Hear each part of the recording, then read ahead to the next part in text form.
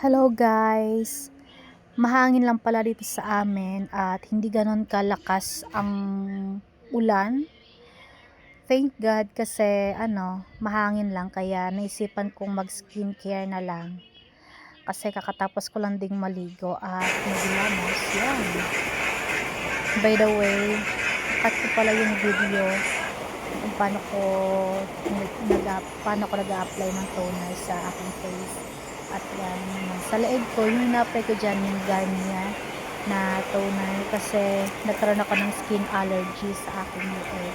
Kailangan ma-maintain ko yung kulay ng leeg ko sa aking mukha. Ayan, ganda-ganda ng ating diba? Ganyan yung effect ng toner na ginagamit ko sa aking face. For now, hindi ko muna siya sasabihin kasi it's a secret muna. Ngayon siya kasi titingnan ko pa kung mas matatanggal pa yung pinakaano ko. Kasi dati, hindi ako ganyan. Hindi ganyan kapati yung mukha ko. Hindi ganyan kaayos yung mukha ko. Hindi ganyan ka-clear. Pero may mga pimple pa naman. Kanya, nag-apply din ako ng alpha arbutin para ma-maintain yung pagka-moisturize Sinira sa hindi naman siya oily pero glass skin look ka the whole day.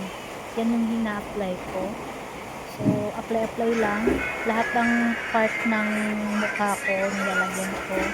Tapos, imamassage ko siya ng konti. Ng bahagya lang. Hindi ko pinamasahe ng ganun kalakas. Kasi yung face natin, masyadong sensitive yan.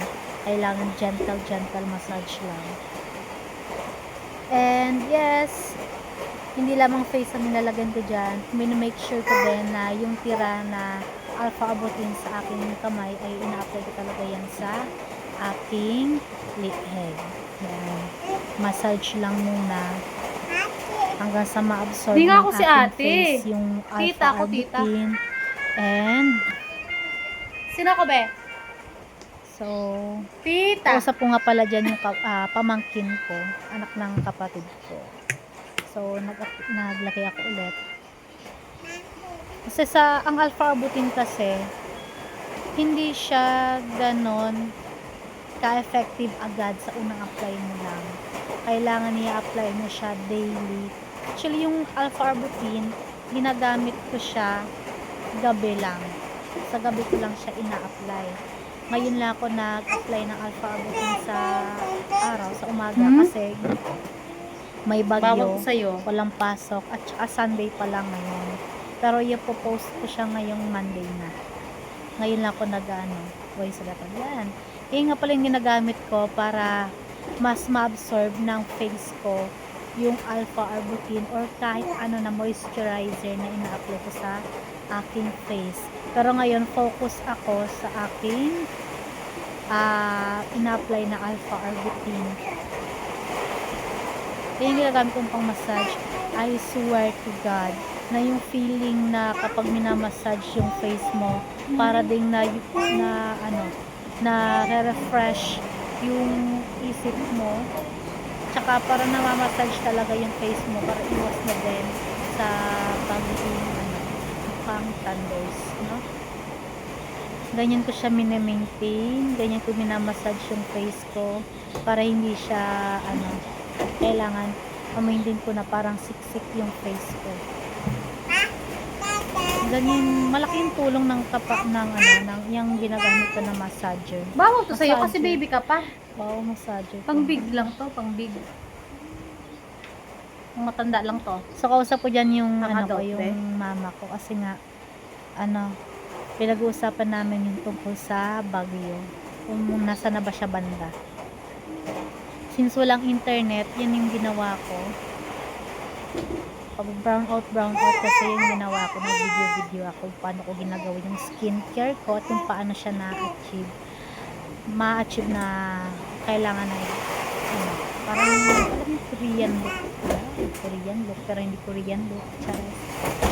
Yan, ganyan siya tingnan nyo naman yung pagkakintab ng face ko. Actually, makintab lang siya tingnan, pero pag hawakan mo siya, hindi siya oily. Ganon kaganda ang alpha arbutin. Makintab siya tingnan, pero pag hawakan mo, hindi gulat siya to si oily. Amara ka. I swear. Ako na nagsasabi kasi masyado akong pihikan pagdating sa aking skincare routine kasi nga masyadong masela ng aking face.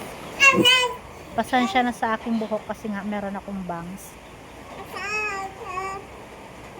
Ayan. Lalo kung dyan sa part na yan, sa noo, masyado siyang maganda sa pakiramdam. Kasi alam mo yung kapag stress ka, nawawala yung stress mo. Ganyan kaganda yung ginagamit ka na pang massage. Ano pang hintay nyo? Mag-order na rin kayo. Hanapin nyo lang yan sa TikTok. Nabili ko yung ganyan ko. Actually, 3 yan. Etong yung nasa face ko na yan, may natatanggal yan, detachable yan. Napapalitan niya ng 3 bala. Ay, 3 bala pala yung meron yung katawan niya. Ito, nare-remove yan. Yan. Inikot ko siya, diba? Nare-remove siya. So, pwede siyang palitan ng 3 bala. So, depende sa'yo paano mo siya papalit. Kung ano yung ipapalit mo na bala. Yung may pabilog at saka yung parang para sa eyes natin. So, yeah, that's all. Look at my face. Look at my face. Look, Mima. Ang ganda, diba? So, brown eyes talaga ako. Walang diba? Ang ganda, diba? Ang ganda. Ang ganda niya. So, may pimples lang talaga kasi nga masyado akong na-stress ng mga nakaraang araw. That's all. Pasukin ko pamangkin ko.